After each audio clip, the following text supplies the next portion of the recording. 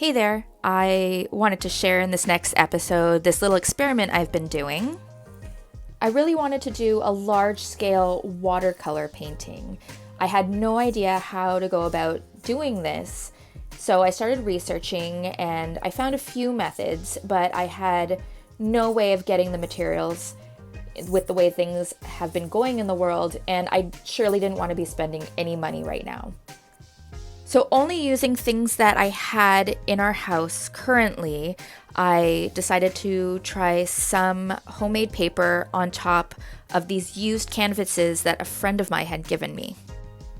So what I did was I blended up some water and some old documents that needed to be shredded anyway, and I started to add it to the canvas in clumps and pressing down with an old cloth to remove the excess water and to make it all uniform.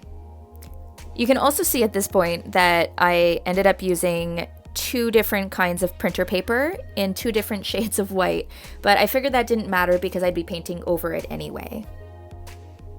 So I had decided not to put the pulp onto the edges of the canvas because it was just too hard and not sticking together, and I had wanted to move the whole canvas outside for it to dry.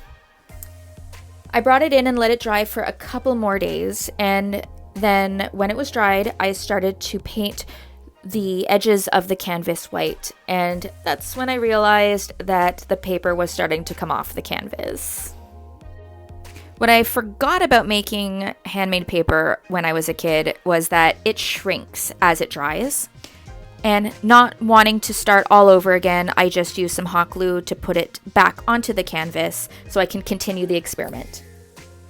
For next time, I think I'm going to try using the same technique, but on a smaller scale so that I can really try and put the pulp onto the corners of the canvas.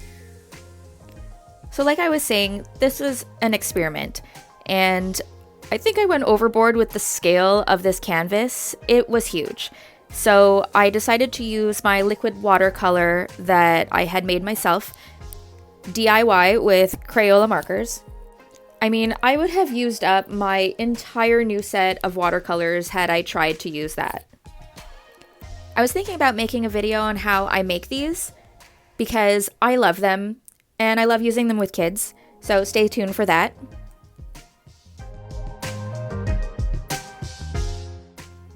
So here's the moment of truth. And the paper just completely soaks up the water. It took a lot of the liquid watercolor in addition to more water on the brush to get a full coverage. And I mean, I wasn't mad with how it turned out, but it was definitely not what I was expecting. It doesn't look exactly like watercolor, and it definitely doesn't act like watercolor paper. It was really hard to blend the colors, but I did like how vibrant they were on top of the paper.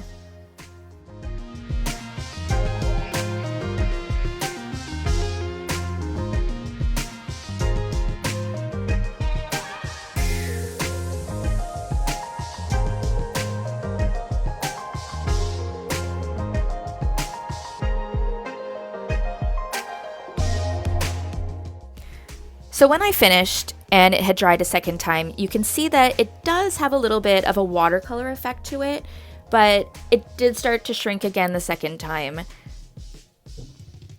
I'm excited to try this experiment again on a smaller scale, so stay tuned for a second video on that.